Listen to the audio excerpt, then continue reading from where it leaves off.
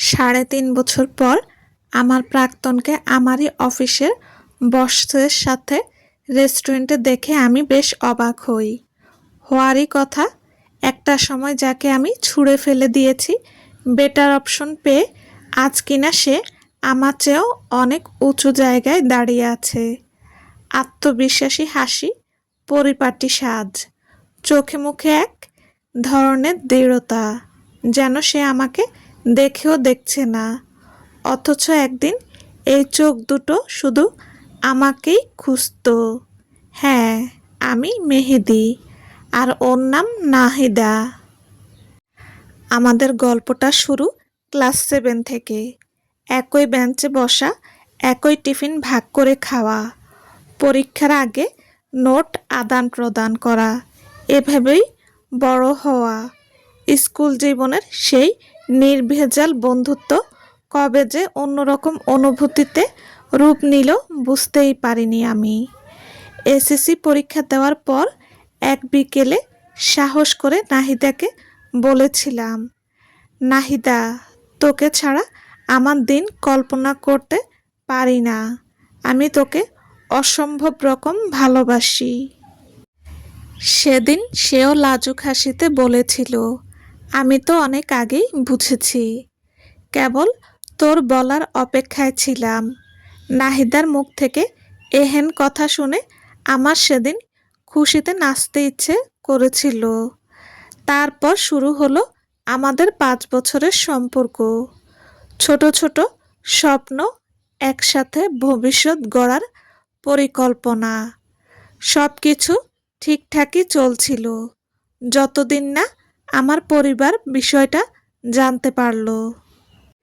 একদিন সন্ধ্যায় হঠাৎ নাহিদা কাঁদতে কাঁদতে আমাকে জানালো, আমার বাড়ি থেকে তাকে ফোন করে খুব বাজেভাবে অপমান করেছে। আমি রাগে ফেটে পড়েছিলাম সেদিন। বাসায় প্রতিবাদ করতেই আব্বু প্রচণ্ড মারধর করলেন আমায়। সেদিন রাতে অপমান আর অভিমানে বাড়ি ছেড়ে বের হয়ে যাই। কোথায় ছিলাম, কিভাবে দিন কেটেছে, সেটা যেন এক দুঃস্বপ্ন আমার কাছে। আমার নিখোঁজ হয়ে যাওয়া পরিবারকে ভয় পাইয়ে দিয়েছিল বেশ। তারপর তারা খুঁজতে শুরু করলো আমায়। আমাকে খুঁজে পাওয়ার পর শেষমেশ কথা দিল, আমি যদি নিজের পায়ে দাঁড়াতে পারি তাহলে তারা এই সম্পর্ক মেনে নেবে। তারা আমাকে কথা দিল, প্রকৃতপক্ষে কিন্তু ঝড় থামেনি।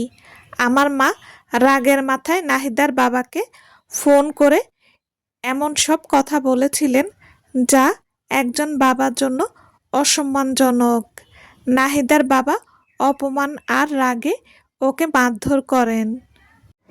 এক পর্যায়ে জোর করে বিয়ে দেওয়ার কথা ওঠে। নাহিদা ভেতর থেকে ভেঙে পড়ে। সে নিজের জীবন শেষ করতে চেয়েছিল সেদিন। সৌভাগ্যক্রমে বেঁচে যায় মেয়েটা। সেদিন বিকেলে ওর মা বাবা আমাকে ফোন করলেন। আমি দৌড়ে গেলাম তাদের বাসায়। নাহিদার বাবা আমাকে বললেন, তুমি বেকার, আগে নিজের অবস্থান তৈরি করো, তারপর আমরা বিয়ে নিয়ে ভাববো। আমি তাদের মাথা নত করে কথা দিলাম। বললাম, আমি অতি দ্রুত সম্ভব কিছু একটা ব্যবস্থা করে নাহিদাকে নিয়ে যাব আঙ্কেল। এরপর দেখতে দেখতে 5 বছর কেটে গেল। মেয়েটা আমার জন্য সমাজের লোকদের নানান বাজে কথা সহ্য করছিল। তার বয়স দিন দিন বাড়ছে, বই কমছিল না। আমিও কিছু একটা ব্যবস্থা করতে পারছিলাম না। সে লড়েছে আমার জন্য, আমিও সংগ্রাম করেছি, পড়েছি, কাজ খুঁজেছি।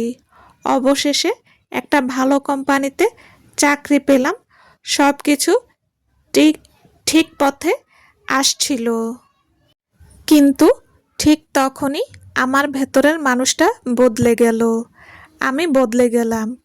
চাকরি পাওয়ার কিছুদিন পর পরিবারের চাপে, নানা অজুহাতটা এমনই ছিল, আমি হুট করে অন্য এক মেয়েকে বিয়ে করে ফেললাম। মেয়েটা দেখতে অসম্ভব সুন্দর ছিল। নাহিদার থেকে 8 বছরের ছোট ছিল মেয়েটি। নাহিদাকে কিছু না জানিয়ে বিয়ে করে যেদিন নিয়েছি সেদিন কাবিননামায় সাইন দিতে আমার হাত কাঁপেনি। আমার বিয়ের খবরটা ওর কানে পৌঁছাতেই ও যেন পাগলের মতো ছটফট করছিল। সেদিন ও তার মাকে নিয়ে আমার বাসায় এলো। এসে আমার হাতে পায়ে ধরে কান্নাকাটি শুরু করে।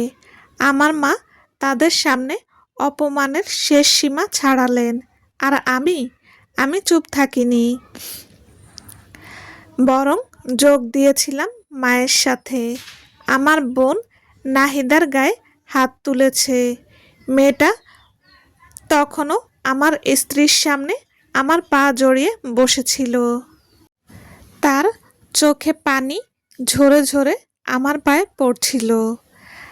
আমার কাছে আমাকে ভিক্ষা চাচ্ছিল মেয়েটি বারবার। আমি রাগ, অহংকার আর কৃত্রিম আত্মসম্মানে অন্ধ হয়ে পাষাণের মতো বলেছিলাম, তুই তো বুড়ি হয়ে গেছিস, বুড়ো কাউকে ধরে বিয়ে করে নিস, আমার সাথে তোর যায় না, ঢং না করে আমার পা ছাড়। কথাগুলো বলার সঙ্গে সঙ্গে যেন পুরো ঘর নিস্তব্ধ হয়ে গিয়েছিল। নাহিদার চোখের ভেতর সেই পুরনো বিশ্বাসটা এক মুহূর্তে ভেঙে চুরমার হয়ে গেল। ও কাঁপতে কাঁপতে দাঁড়ালো, তারপর ধীরে ধীরে মাটিতে লুটিয়ে পড়ল। সেদিন আমি তার দিকে দ্বিতীয়বার ফিরে তাকাইনি। তবে নাহিদার মায়ের সেই বুক ভরা কান্নার শব্দ আমার কানে এসে বাজছিল। সেদিন নাহিদাকে অচেতন অবস্থায় তার মা বাবা বাসায় নিয়ে গিয়েছিল। পরে শুনেছিলাম অনেকক্ষণ পর জ্ঞান ফিরেছিল নাকি ওর। সেই জ্ঞান ফেরা যেন শরীরের, মন তো সেদিনই ভেঙে গিয়েছিল মেয়েটার। তারপরও নাহিদা হাল ছাড়েনি। 1-2 বার, 10 বার, এমনকি বহুবার আমার সাথে যোগাযোগ করার চেষ্টা করেছে। কখনো কল, কখনো মেসেজ, কখনো পরিচিত কারো ফোন থেকে, আবার কখনো বা অপরিচিত কোনো নাম্বার থেকে। প্রতিবারই আমি তাকে অপমান করেছি, অসম্মান করে কথা বলেছি, এই বলে যে আর ফোন দিবি না, আমার সংসার আছে, নিজের সম্মান থাকলে দূরে থাক, আরও অনেক কথা। তাতেও কোনো কাজ হয়নি। ফলে একসময় বিরক্ত হয়ে আমার নাম্বার বদলে ফেললাম। সোশ্যাল মিডিয়া থেকে তাকে ব্লক করে দিলাম, যেন ওর অস্তিত্বটাই মুছে ফেলতে চাইলাম আমি। ওর এক বান্ধবীর কাছ থেকে একদিন শুনেছিলাম নাহিদা নাকি ঠিকমতো খায় না, কারো সাথে কথা বলে না, সারাদিন চুপচাপ বসে থাকে। চিকিৎসকের কাছে নেওয়া হয়েছে, ও নাকি গভীর ডিপ্রেশনে ভুগছে। আমি শুনছিলাম কেবল, মনে মনে বেশ বিরক্ত হলাম। এরপর আর কখনো তার ওই বান্ধবীর সাথে দেখা হলেও কথা বলিনি, এড়িয়ে চলার চেষ্টা করেছি। আমি তখন নিজের নতুন সংসার, চাকরি, সামাজিক অবস্থা এসব নিয়ে খুব ব্যস্ত। নাহিদার কান্না, পাগলামি, ভালোবাসা এসব যেন আমার স্মৃতির অ্যালবাম থেকে ছিঁড়ে ফেলে দিয়েছিলাম। নিজের স্বার্থ খুঁজে যাচ্ছিলাম কেবল। তারপর একদিন হঠাৎ খবর পেলাম নাহিদার বাবা নাকি এই শহর ছেড়ে অন্য এক শহরে চলে গেছেন, নাহিদা ও তার পরিবারকে নিয়ে। কেউ ঠিক করে বলতে পারল না কোথায় গিয়েছে, শুধু বলল মেয়েটার মানসিক অবস্থা ভালো না, পরিবেশ বদলানোর জন্য নিয়ে গিয়েছে। এতে যদি মেয়েটা একটু স্বাভাবিক জীবনে ফিরে, এই আর কি।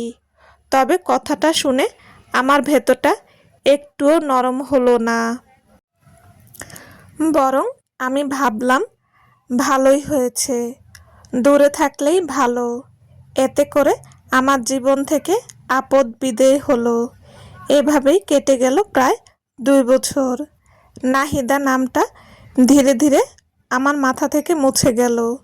তারপরও কখনো যদি হঠাৎ মনে পড়তো, আমি জোর করে অন্য কিছু ভাবতাম। নিজের ভেতরের অপরাধটাকে চাপা রাখতে শিখে গিয়েছিলাম আমি। স্বার্থপরের চরম সীমায় পৌঁছে গিয়েছিলাম।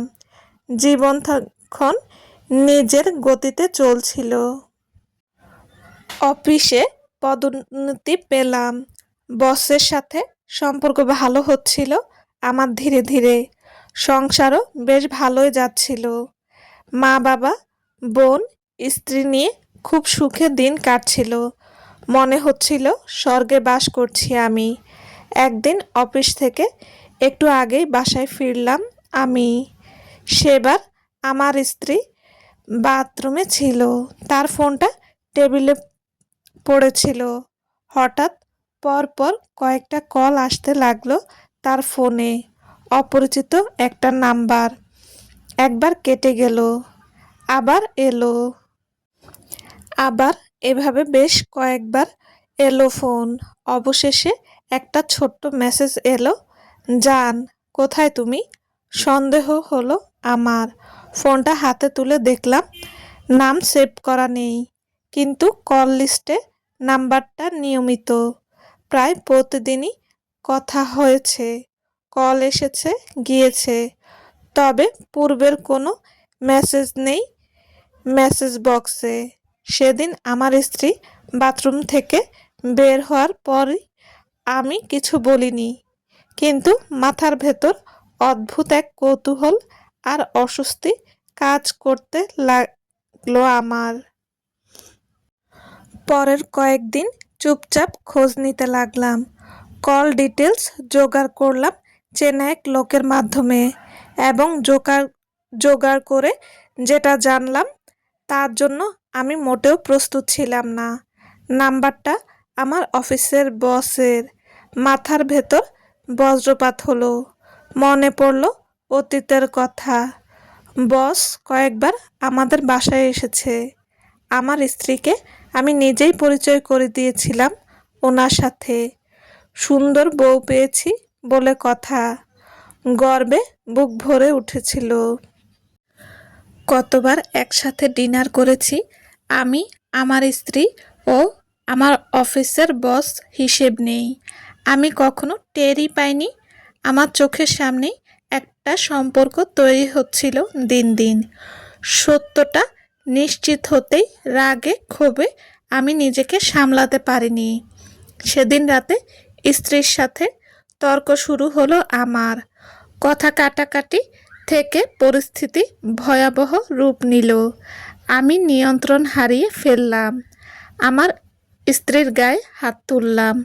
আমার মা বাবা এসে আমাকে আটকানোর চেষ্টা করে, তবে আমি থামিনি। অনবরত আমার স্ত্রীকে মেরে যাচ্ছিলাম, কিন্তু এত হাত তোলার পরেও আমার ভেতরের আগুন কমলো না। বরং মনে হচ্ছিল যেন এটাই আমার প্রাপ্য। যে বিশ্বাস ভেঙেছিলাম আমি বেশ কয়েক বছর আগে, আজ সেই বিশ্বাসঘাতকতার স্বাদ আমাকেই পেতে হচ্ছে। ভাগ্যের কি নির্মম পরিহাস। সে যাই হোক, সে রাতে রাগের মাথায় সোজা বসের বাসার দিকে রওনা দিলাম। মনে হচ্ছিল সব ভেঙে চুরমার করে দেই।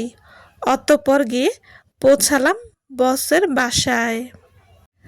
কলিং বেল চাপতেই ভেতর থেকে বেরিয়ে এলো বসের স্ত্রী। আমাকে দেখতে পেয়েই উচ্ছ্বাসিত কণ্ঠে ভেতরে আমন্ত্রণ করলো। আমার চোখে ছিল রাগ, ক্ষোভ।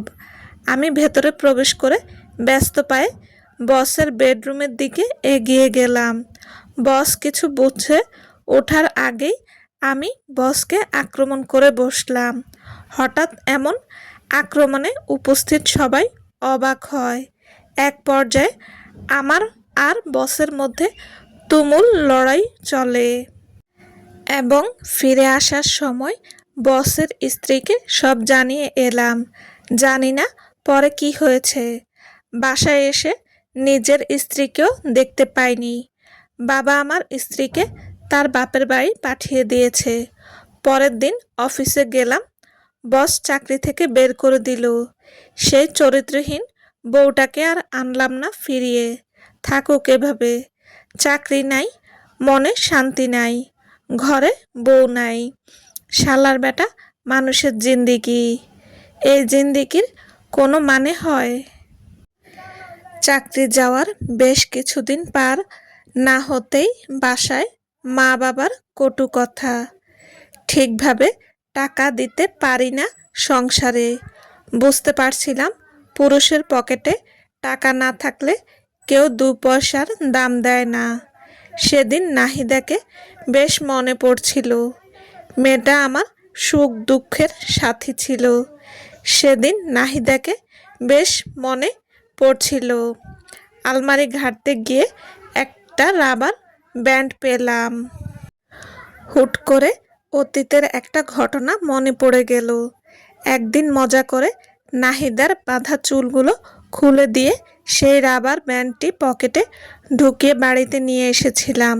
অতীতের কিছু সুন্দর মুহূর্ত হঠাৎ চোখের সামনে দৃশ্যমান হতেই ঠোঁটের কোণে কিঞ্চিত হাসি এবং চোখের কোণে কয়েক ফোঁটা অশ্রুকণা এসে জমাট বাঁধল।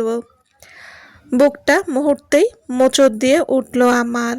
মেয়েটার সেই কষ্ট, সেই কান্না, সেই আহাজারি সব সব মনে পড়তে লাগলো। এরপরে অনেক করে খুঁজতে লাগলাম নাহিদাকে। একবার ক্ষমা চাইতে হবে তার কাছে। জানি না মেয়েটা এখন কোথায় আছে, কেমন আছে। একটা বার সুযোগ চাইব সেই আশায় খুঁজতে লাগলাম, কিন্তু কেউ কোনো খোঁজ দিতে পারলো না তার। দিনকে দিন বাসা থেকে অপমান, অবহেলা পেতে শুরু করেছিলাম। চাকরির জন্য এদিক সেদিক ছুটছিলাম, তবে কোনো ফয়সালা করতে পারছিলাম না। এরপর শুরু হলো আমার পতনের আসল অধ্যায়। চাকরি নেই, সম্মান নেই, সংসার নেই। আমি যেন ভাসমান এক মানুষ। সকালে বের হতাম কাজের খোঁজে, রাতে ফিরতাম ব্যর্থ হয়ে। যাদের সাথে একসময় চায়ের আড্ডা জমতো সেই বন্ধুবান্ধবরাও ধীরে ধীরে ফোন ধরা বন্ধ করে দিল। দেখা হলে এড়িয়ে যেত। কেউ কেউ সহানুভূতির ভান করত, কিন্তু চোখের কোণে অবহেলার ছাপ স্পষ্ট ছিল। স্ত্রীকে ফিরিয়ে আনার জন্য একদিন শ্বশুরবাড়ি গেলাম।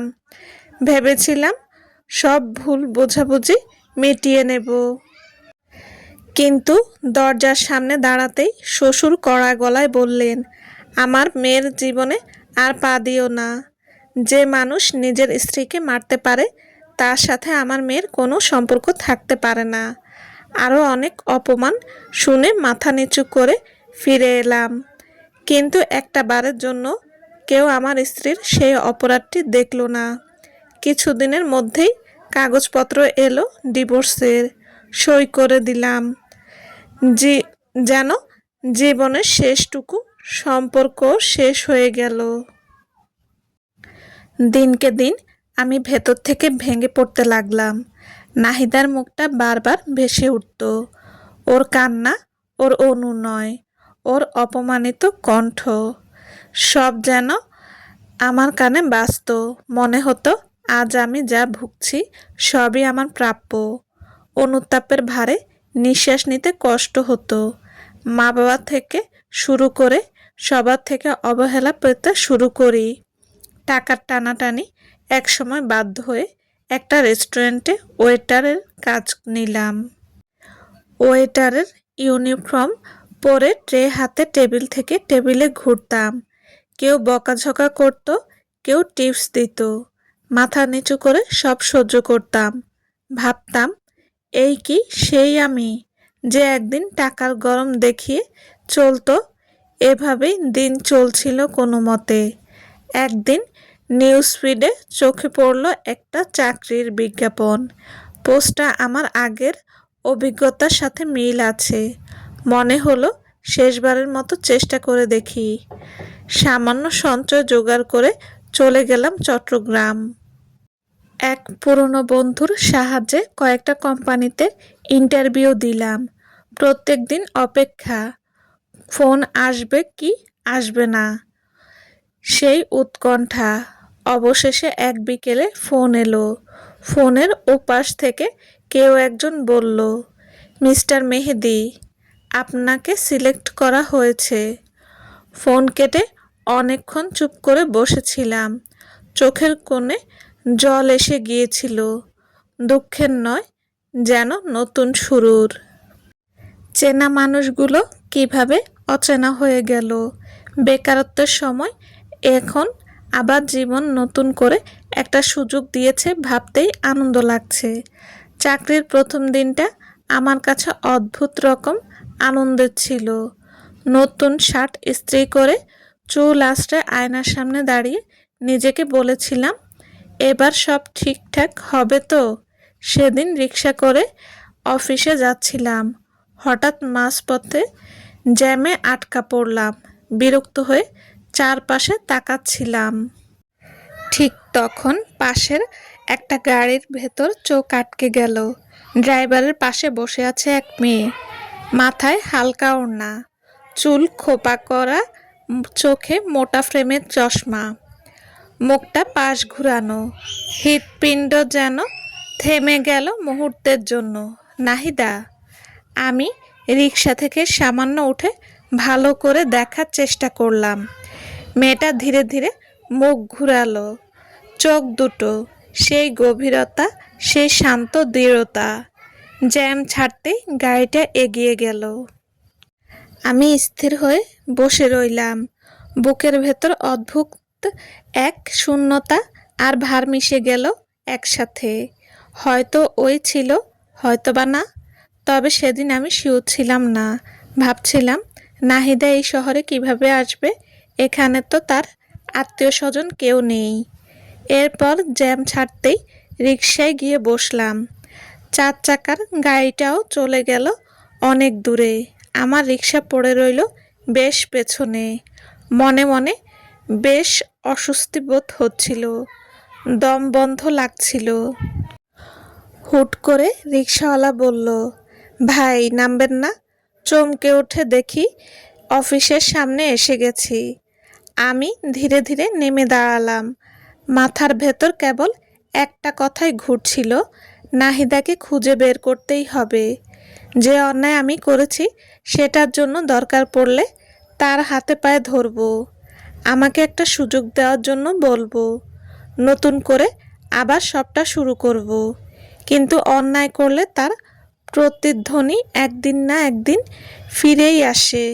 এটা কিভাবে অস্বীকার করি?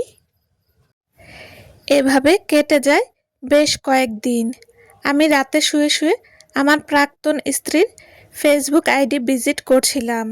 সে সময় মায়ের ফোন পেয়ে রিসিভ করে কানে ধরলাম। মায়ের ফোনটা কানে তুলতেই ওপাশ থেকে শুধু কান্নার শব্দ ভেসে এলো। হ্যালো মা, কি হয়েছে? মায়ের গলা কাঁপছিল, শব্দগুলো ভেঙে ভেঙে আসছিল। তবুও বহু কষ্টে তিনি বললেন, তোর বোন রে আজ ওই বাড়ির লোকেরা খুব অপমান করছে রে। অনেক কথা শুনাইছে। ঝামেলার মধ্যে ওর শাশুড়ি ওর গায়ে হাত তুলছে। শেষে বলে দিয়েছে ওই বাড়িতে থাকবার দরকার নাই, পাঠায় দিছে আমাদের কাছে। এখন তুই কিছু একটা কর। আমার বুকের ভেতর যেন কেউ পাথর ছুঁড়ে মারল সেদিন। হাতের আঙ্গুলগুলো শক্ত হয়ে গেল। কিছুক্ষণ আমি কোনো শব্দ করতে পারলাম না। মা ওপাশ থেকে কাঁদছিল, বলছিলেন, তুই কিছু কর বাবা, মেয়েটার সংসার বাঁচা। আমি কেবল চুপ করে রইলাম। কথা যেন গলায় আটকে গেছে। মনে হচ্ছিল এই দৃশ্যটা আমি আগেও কোথাও দেখেছি, শুধু চরিত্র বদলেছে।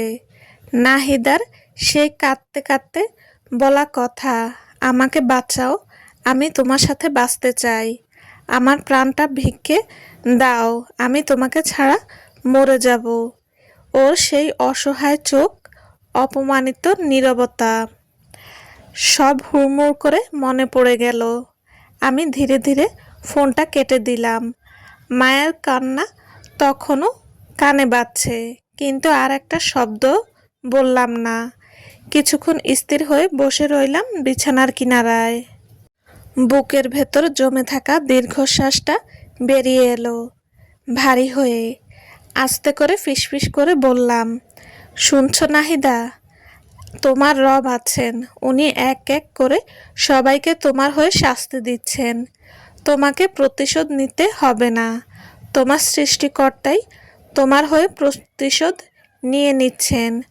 কথাগুলো বলার পরও শান্তি পেলাম না, বরং বুকের ভেতর আরও অস্বস্তি বাড়তে লাগলো।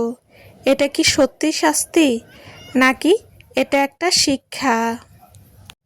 আমি হঠাৎই বুঝতে পারলাম, প্রতিশোধের কথা বলে আমি যেন নিজের অপরাধের ভার হালকা করতে চাইছি।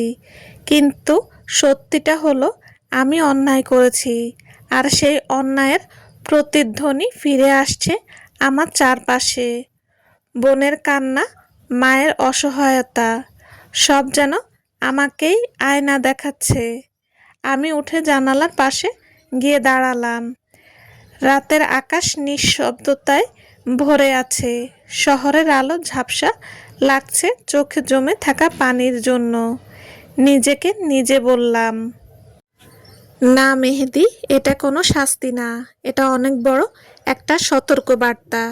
অন্যায়ের ফল কেমন তেতো হয় সেটা আমাকে দেখানো হচ্ছে।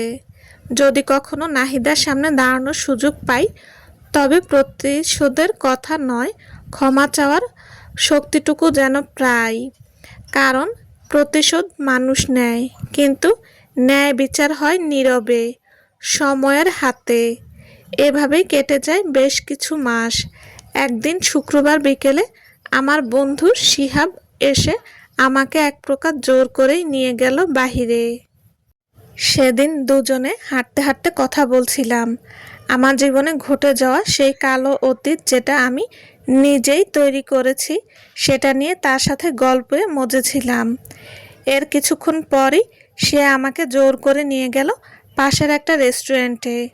রেস্টুরেন্টে ঢুকতেই দেখি আমার বস একটা টেবিলে বসে আছে, আর তার সামনে নাহিদা। আমি দরজার কাছে দাঁড়িয়ে জমে গেলাম। নাহিদা শান্তভাবে কথা বলছে, চোখে মুখে আত্মবিশ্বাস। পরিপাটি পোশাক, ভরাট ব্যক্তিত্ব। পাশে বসা মানুষটার সাথে সমান তালে কথা বলছে। কোথাও সেই ভেঙে পড়া, কাঁদতে থাকা মেয়েটার ছায়া নেই। আমাকে দেখেও সে যেন দেখলো না। এক মুহূর্তের জন্য চোখাচোখি হলো, কিন্তু তার দৃষ্টিতে কোনো অভিযোগ নেই, কোনো কান্না নেই, শুধু এক ধরনের নির্লিপ্ত দৃঢ়তা। আমার বসের সে মুহূর্তে আমার দিকে নজর পড়ে। আমি লজ্জায়, ভয়ে, অপরাধবোধে কাঁচুমাচু করতে লাগলাম। আমি নিজেকে আড়াল করার চেষ্টা করেও ব্যর্থ হই। তিনি আমার নাম ধরে কাছে ডাকতেই আমি না চাইতেও তার সামনে যেতে হয়েছে। তবে আমার পায়ের কদম ফেলতে খুব কষ্ট হচ্ছে। নাহিদাকে এভাবে এতগুলো বছর পর এভাবে দেখতে পাবো কখনো ভাবিনি।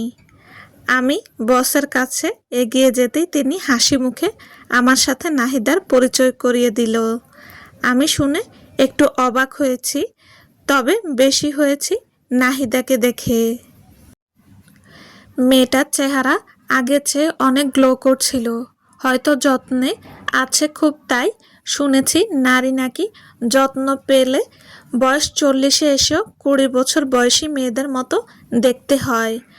আমি মন প্রাণ উজাড় করে নাহিদাকে দেখতে লাগলাম। তবে নাহিদা আমার দিকে নজর বুলালো না দ্বিতীয়বারের জন্য।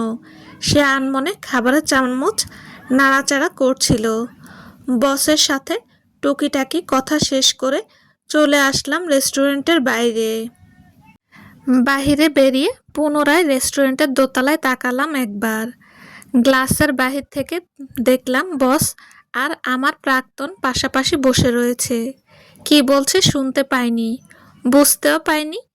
তবে সেই মুহূর্তে তাদের দেখে যা বুঝলাম, যাকে আমি বেটার অপশন পেয়ে ছুঁড়ে ফেলেছিলাম, সে নিজেকে আমার চেয়েও অনেক উঁচু জায়গায় তুলে নিয়েছে। আর আমি দাঁড়িয়ে আছি নিজের তৈরি পাপের রাজ্যে। হয়তো এটাই বিচার। এটাই প্রকৃতির নিদারুণ প্রতিশোধ। কেউ আমাদের জন্য ভেঙে পড়ে, আর আমরা যখন তাকে ভেঙে দেই, একদিন সে ভাঙনের শব্দই ফিরে এসে আমাদের জীবনটাকে চুরমার করে দেয়। এরপর আমি ব্যস্ত পায়ে এগিয়ে গেলাম রিকশার কাছে। আমার ফ্রেন্ড শিহাবও আমার সাথে ছিল। রিকশায় চড়তে চড়তে আকাশের দিকে তাকিয়ে শিহাবকে বললাম, বুঝলি ভাই, কেউ পেয়ে আফসোস করে আর কেউ হারিয়ে। শিহাব আমার কথার মানে বুঝলো কি বুঝলো না আমি জানি না। আমি কেবল পুরোটা পথ চেয়ে রইলাম আকাশের পানে। ভেতর থেকে বেরিয়ে এলো পরপর কয়েকটা দীর্ঘশ্বাস। রিকশাটা ধীরে ধীরে এগিয়ে যাচ্ছিল। সন্ধ্যার আলো নিভে গিয়ে শহরের বাতিগুলো একে একে জ্বলে উঠছিল। রাস্তার ভিড়, মানুষের কোলাহল, সব কিছু যেন আমার কানে আসছিল, কিন্তু ভেতরে কিছুই ঢুকছিল না। আমি যেন অন্য এক জগতে চলে গেছি। নাহিদার সাথে কাটানো দিনগুলো একে একে চোখের সামনে ভেসে উঠছিল। ফোনে রাত জেগে কথা বলা, হঠাৎ রাগ করা, আবার একটু আদরে সব ভুলে যাওয়া, ভবিষ্যতের কত স্বপ্ন। তার চোখে তখন ছিল আমার জন্য ভরসা, আর আমি একটু বেটার অপশনের লোভে সেই ভরসা ভেঙে চুরমার করে দিয়েছিলাম। রিকশার হাওয়ায় আমার চুল এলোমেলো হচ্ছিল, কিন্তু বুকের ভেতরের অস্থিরতা থামছিল না। আজ তাকে দেখে বুঝলাম ও আর আগের জায়গায় নেই। ও নিজের ভাঙা টুকরোগুলো জোড়া দিয়ে নতুন করে দাঁড়িয়েছে, আর আমি এখনো দাঁড়িয়ে আছি সেই ধ্বংসের জায়গাতেই। বাসায় পৌঁছে দরজা বন্ধ করতেই এক অদ্ভুত নীরবতা আমাকে ঘিরে ধরলো। আলমারির ড্রয়ার খুলতেই ছোট্ট একটা ড্রয়ার থেকে আবারও সেই রাবার ব্যান্ডটা চোখে পড়ল। আমি কয়েক সেকেন্ড তাকিয়ে রইলাম, তারপর ধীরে ধীরে ব্যাগ বের করলাম। কাপড় গুছাতে গুছাতে মনে হচ্ছিল আমি পালাচ্ছি, কিন্তু এটা ভীরুতার পালানো নয়, এটা স্বীকারোক্তির পালানো। আমার জন্য ঘৃণা দেখতে পেলাম। আমি জানি ক্ষমা চাইলে সে ক্ষমা করে দেবে। ওর মনটা ভীষণ নরম, তবে তার রব কি আর আমায় ক্ষমা করবে? বা সে কি মন থেকে ক্ষমা করতে পারবে আদৌ? সেই রাতেই সিদ্ধান্ত নিলাম চট্টগ্রাম ছেড়ে চলে যাব পূর্বের শহরে। এই নতুন শহর, নতুন জীবন ছেড়ে পালাতে হবে। এই শহর হয়তো আমাকে শাস্তি থেকে মুক্তি দেবে না, কিন্তু দূরত্বটা অন্তত তার শান্তির জন্য দরকার। ভোরের প্রথম বাসে উঠে বসেই যখন শহরটাকে পেছনে ফেলে আসছিলাম, জানালার বাইরে তাকিয়ে মনে হলো এই শহর আমাকে বারবার ধমক দিয়ে বলছে, চলে যা বেঈমান, তোর জন্য এই শহর না। যাওয়ার আগে শিহাব এসেছিল দেখা করতে, তাকে জানিয়েই যাচ্ছি আমি শহর ছেড়ে। সেই সময়টায় শিহাবকে ডেকে শুধু একটা কথাই বলেছিলাম, দেখিস ভাই, মানুষকে ঠকিয়ে কখনো সুখ পাওয়া যায় না। কিছুদিন ভালো লাগে, মনে হয় জিতে গেছি, কিন্তু প্রকৃতি চুপচাপ হিসাব রাখে। সময় মতো সে তার পাওনা তুলে নেয়, আর তখন সেই শাস্তিটা অনেক বেশি নীরব, অনেক বেশি গভীর, কখনো কখনো আমাদের কল্পনার চেয়েও ভয়ঙ্কর হয়। বাস এগিয়ে চলছিল, সূর্যের আলো ধীরে ধীরে জানালায় এসে পড়ছিল। আমি চোখ বন্ধ করলাম। মনে পড়ল বসের সেই কথাটা, যখন তিনি নাহিদাকে তার স্ত্রী হিসেবে আমার সাথে পরিচয় করিয়ে দিচ্ছিল। বাসের ঝাঁকুনির ভেতরেও সেই দৃশ্যটা স্পষ্ট হয়ে উঠল আমার চোখের সামনে। সেদিন বস হাসি মুখে বলেছিলেন, মেহেদি, মিট মাই ওয়াইফ নাহিদা। কথাটা বলার সময় লোকটার চোখের দিকে তাকিয়েছিলাম আমি। সেখানে কোনো ভান ছিল না, কোনো প্রদর্শন ছিল না, ছিল গভীর এক ভালোবাসা, অদ্ভুত এক গর্ব, যেন পৃথিবীর সবচেয়ে মূল্যবান মানুষটাকে তিনি সবার সামনে পরিচয় করিয়ে দিচ্ছে। নাহিদার দিকে তাকানোর ভঙ্গিটা স্নেহ ভরা, সম্মানে ভরা। নাহিদাও তার পাশে বসেছিল শান্ত, আত্মবিশ্বাসী হাসি নিয়ে, চোখে মুখে এক ধরনের প্রশান্তি, যা আমি কোনোদিন তাকে দিতে পারিনি। তবে তার চোখে মুখে আমার জন্য স্পষ্ট ঘৃণা দেখেছিলাম। সেই মুহূর্তে বুকের ভেতর কেমন যেন মোচড় দিয়ে উঠেছিল। হিংসে হয়তো। মনে হয়েছিল আজ তো এই জায়গায় আমার থাকার কথা ছিল, ওর পাশে বসে পরিচয় দেওয়ার কথা ছিল আমারই। কিন্তু সত্যটা বড় নির্মম। নিজ হাতেই তো সব ভেঙেছি আমি, শেষ করে দিয়েছি মেয়েটাকে। নাহিদা তো চেয়েছিল খুব বেশি কিছু না, একটু ভালোবাসা, একটু যত্ন, একটু সম্মান। আর আমি দিয়েছিলাম অবহেলা, অপমান আর নিকৃষ্টতম অজুহাত। তাহলে এখন কেন হিংসে হচ্ছে আমার? কিসের উপর রাগ হচ্ছে? আর কিসেরই বা অভিমান? নিজেকে বারবার প্রশ্ন করেছিলাম আমি। তবে কোনোভাবেই সে প্রশ্নের উত্তর পাইনি। হঠাৎই নিজের অজান্তে ঠোঁটে এক টুকরো হাসি চলে আসলো। কেমন নির্বোধের মতো সে হাসি, যে হাসির ভেতর লুকিয়ে থাকে স্বীকারোক্তি। হ্যাঁ, হারিয়েছি, কারণ আমিই হারিয়েছি। আমি হিরে চিনতে ভুল করেছি। বাসের জানালার বাইরে তাকালাম। পেছনে ফেলে আসা রাস্তার পাশে সারি সারি গাছগুলো দ্রুত সরে যাচ্ছে। সব কিছুই দূরে চলে যাচ্ছে, যেমন করে নাহিদা চলে গেছে আমার জীবন থেকে। হুম, সে যায়নি, ভুল বললাম। আমি তাকে ছুঁড়ে ফেলে দিয়েছি। এরপর নিজেকে ফিসফিস করে বললাম, আমি অন্যায় করেছি, ভুল করেছি। ভুলের বোঝা নিয়ে তোমার সামনে বারবার দাঁড়ানোর মতো সেই শক্তিটুকু যে নেই। নাহিদা, শুনছো? এই ব্যস্ত শহর, নাহিদাকে বলে দিও আমাকে ক্ষমা করে দেওয়ার জন্য। আমি অনুতপ্ত। কথাগুলো বাতাসে মিলিয়ে গেল। বাস তার আপন গতিতে ছুটে চলল। সূর্যের আলো পুরোপুরি জানালায় ছড়িয়ে পড়ল। ভেতর থেকে একটা দীর্ঘশ্বাস বেরিয়ে এলো। হয়তো এটাই আমার প্রাপ্য। তবে অন্তত এবার আমি কারো সুখের পথে দাঁড়াবো না। আমি চাই নাহিদা ভালো থাকুক, মন খুলে হাসুক। সাথে এটাও চাই আজ নয়তো বা কাল আমাকে মন থেকে ক্ষমা করে দিক। এই যে আমি পালিয়ে যাচ্ছি, নিজেকে লজ্জায় তার থেকে আড়াল করে যাচ্ছি, এটাই যেন শ্রেয়। আমাকে দেখে মেয়েটার পুরনো ক্ষত আবার জাগ্রত হলো। আমি চাই না সে আর কষ্ট পাক। ভীষণ কষ্ট দিয়ে ফেলেছি মেয়েটাকে, ভীষণ। তবে এই শহরের এক কোণে নীরবে পড়ে রইল মেহেদি আর নাহিদার ছোট্ট এক কালো অতীত, যার হিসাব চুকিয়ে দিয়েছে সময়। এজন্যই বোধহয় বলে, প্রকৃতি ছাড় দেয়, ছেড়ে দেয় না। ঠিকই তার হিসেব বুঝে নেয়। বেশ কয়েক বছর কেটে যায়। চট্টগ্রাম ছেড়ে ঢাকা আসার পর জীবনটা বদলেছিল ঠিকই, তবে ভেতরের মানুষটা বদলায়নি আমার। দিনের পর দিন কেটে গেছে ব্যস্ততায়, কিন্তু রাত নামলেই এক শূন্যতা এসে বসতো বুকের ভেতর। নাহিদার স্মৃতি, নিজের অপরাধবোধ, দুটো মিলেই যেন অদৃশ্য এক শেকল হয়ে পা জড়িয়ে ধরেছিল। কয়েকবার ভেবেছিলাম নতুন করে শুরু করব জীবনটা, কারো সাথে কথা বলবো, হয়তো বিয়েও করব। কিন্তু যখনই এক পা এগোতে চেয়েছি, মনে হয়েছে আমি যেন কারো প্রাপ্য নই। আমি এখনো অতীতের দায়ে বাঁধা। এই কয়েক বছরে অনেক কিছু পাল্টে গেছে। আমার ছোট বোন এখন 2 সন্তানের মা। ওর সংসার একসময় ভেঙে যাওয়ার পথে ছিল, কিন্তু অনেক ঝড়ঝাপটা পেরিয়ে আবার ঠিক হয়েছে সব। এখনো অনেক সচেতন, অনেক পরিণত। ওকে দেখে মাঝে মাঝে ভাবি, মানুষ চাইলে সংসার বাঁচাতে পারে, যদি সত্যিই চায়। বাবা গত কয়েক মাস আগে চলে গেছেন।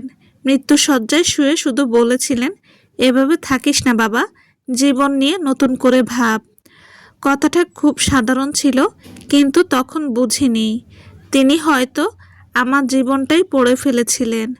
মা এখন বেশ অসুস্থ। ওষুধ, ডাক্তার, হাসপাতালে যাওয়া, সব মিলিয়ে জীবনটা দায়িত্বের ভারে ভারী হয়ে উঠেছে। বাবার রেখে যাওয়া সামান্য সম্পত্তির কিছু অংশ বিক্রি করে পুরান ঢাকায় একটা ছোট ফাস্টফুডের দোকান দিয়েছি। দোকানটা ছোট। আজ ছিল 18 জুন। সারাদিন ভীষণ ব্যস্ত ছিলাম। অর্ডার, সাপ্লাই, হিসাব সব মিলিয়ে মাথা তুলবার সময় পাইনি। সন্ধ্যার দিকে একটু ফাঁকা পেয়ে পাশের পাস্তা ক্লাব ঢুকলাম। ভাবলাম এক কাপ কফি খেয়ে মাথাটা হালকা করি। দরজা ঠেলে ভেতরে ঢুকতেই চোখ পড়ল 3 নম্বর টেবিলে। মুহূর্তেই থমকে গেলাম আমি। নাহিদা! সে বসে আছে, সামনে ছোট্ট একটা মেয়ে। 2 কি 2.5 বছর বয়স হবে। মেয়েটা চুলে ছোট ক্লিপ, গোলাপি ফ্রক পরা। নাহিদা ধীরে ধীরে চামচে করে খাবার তুলে দিচ্ছে ছোট্ট পরিটার মুখে। তার পাশে বসে আছেন মিস্টার সাফওয়ান, নাহিদার হাজবেন্ড, অর্থাৎ একসময় যিনি আমার অফিসের বস ছিলেন। কত বছর পর মানুষটাকে এভাবে সামনে দেখছি। বুকের ভেতর কেমন যেন ধকধক শুরু হলো। ঠিক তখনই মিস্টার সাফওয়ান উঠে ওয়াশরুমে গেলেন। আমি জানি না কেন কি এক অদৃশ্য টানে ধীরে ধীরে এগিয়ে গেলাম নাহিদার টেবিলের দিকে। নাহিদা মেয়েকে খাওয়াতে ব্যস্ত ছিল। হঠাৎ হয়তো পরিচিত কোনো গন্ধ নাকে এলো, কিংবা আমার ছায়া পড়ল টেবিলে। সে মুখ তুলে তাকালো আমার দিকে।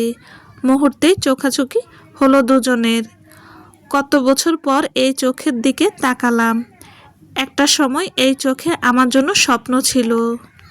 আজ সেখানে শান্তি আছে, স্থিরতা আছে। আর আশ্চর্যজনকভাবে আজ সে চোখে ঘৃণা নেই। সে গভীরভাবে তাকিয়ে রইল কিছুক্ষণ। তারপর খুব স্বাভাবিক গলায় জিজ্ঞেস করলো, কেমন আছো? আমি থমকে গেলাম। কখনো ভাবিনি সে আমার সঙ্গে কথা বলবে। গলায় কথা আটকে এলো। কোনো মতে বললাম, ভালো। আমি একটু থেমে জিজ্ঞেস করলাম, এখানে কি মনে করে? নাহিদা মৃদু হেসে বলল, ফুফাতো বোনের বিয়ের ইনভিটেশন ছিল। ঢাকায় এসেছি 2 দিনের জন্য। ঠিক তখনই দূর থেকে দেখলাম মিস্টার সাফওয়ান ফিরে আসছেন। বুক কেঁপে উঠল। অপরাধীর মতো সরে এলাম অন্য পাশে। হুড়মুড়িয়ে চলে এলাম রেস্টুরেন্টের এক কোণে। ফলে তিনি আমার মুখ দেখতে পেলেন না। নিজের কাছেই মনে হচ্ছে এ যেন এক লুকোচুরি খেলা। নাহিদা মুহূর্তের জন্য অবাক হয়েছিল, বুঝতে পেরেছিল নিশ্চয়ই। কিন্তু স্বামী এসে বসতেই সে একদম স্বাভাবিক হয়ে গেল। মেয়ের মাথায় হাত বুলিয়ে হাসতে লাগলো। কিছুক্ষণ পর তারা 3জন রেস্টুরেন্ট ছেড়ে বেরিয়ে যায়। তারা বেরিয়ে যেতেই আমি ধীরে ধীরে এগিয়ে গেলাম 3 নম্বর টেবিলের দিকে। নাহিদা যে চেয়ারে বসেছিল সেটা টেনে বসে পড়লাম। ঠিক তখনই চোখ আটকে গেল একটা টিস্যু পেপারে। কয়েকটা অক্ষর দেখা যাচ্ছে। বুকের ভেতর আবার ধক করে উঠল। কাপা হাতে টিস্যুটা তুলে নিলাম। খুলে সামনে ধরলাম। সেখানে লেখা, তোমাকে ধন্যবাদ সেদিনের জন্য। তুমি সেদিন আমাকে জীবনের মানে শিখিয়ে দিলে। এত বড় একটা ধাক্কার ফলে আজ আমি এখানে দাঁড়িয়ে আছি। তবে তোমার ভয়ে পালানোটা আমার কাছে বেশ মজাই লেগেছে। আমার হাজব্যান্ড আমার অতীত সম্পর্কে সবই জানে। অতীতের সাথে জড়িয়ে থাকা মানুষদেরও চিনে, এমনকি তোমাকেও। নিজেকে এভাবে আড়াল করে চললে জীবন উপভোগ করতে পারবে না। নিজের মতো বাঁচো। পেছনের সেই অতীত ভুলে যাও। আমিও ভুলে গেছি। আমার হাজব্যান্ড বলে, অপরাধ যত বড়ই হোক না কেন, অপরাধীকে ক্ষমা করে দেওয়া উচিত। তাই আমিও তোমাকে ক্ষমা করে দিলাম। এটা ধরতে পারো আমার তরফ থেকে তোমার জন্য বার্থডে ট্রিট। এবার নিজের জীবনটা সুন্দরভাবে উপভোগ করো। লেখাটা পড়ে চোখ ঝাপসা হয়ে গেল। টপ টপ করে পানি পড়তে লাগলো অনবরত। হঠাৎ মনে পড়ল আজ 18 জুন, নাহিদার জন্মদিন। আমি ভুলে গিয়েছিলাম। কেমন একটা লজ্জা লাগলো। তার স্বামী সব জানতেন, তবুও কখনো আমাকে বুঝতে দেয়নি। এরই মাঝে অদ্ভুতভাবে ঠোঁটে হাসি চলে এলো। কত বছর পর বুকটা হালকা লাগছে। মনে হলো কেউ আমার কাঁধ থেকে ভার নামিয়ে দিয়েছে। এতদিন যে অপরাধবোধের বোঝা বয়ে বেড়াচ্ছিলাম, তা হয়তো আজ একটু কমলো। টিস্যু পেপারটা ভাঁজ করে পকেটে রাখলাম। রেস্টুরেন্ট থেকে বেরিয়ে এলাম ধীরে ধীরে। বাইরে রাত নামছে। পুরান ঢাকার আকাশে ঝুলে আছে আধখানা চাঁদ। বাতাস গরম, কিন্তু মনটা আমার এখন শান্ত। আজ বুঝলাম, ক্ষমা মানুষকে শুধু মুক্তি দেয় না, তাকে নতুন করে বাঁচার সাহসও দেয়। সমাপ্ত।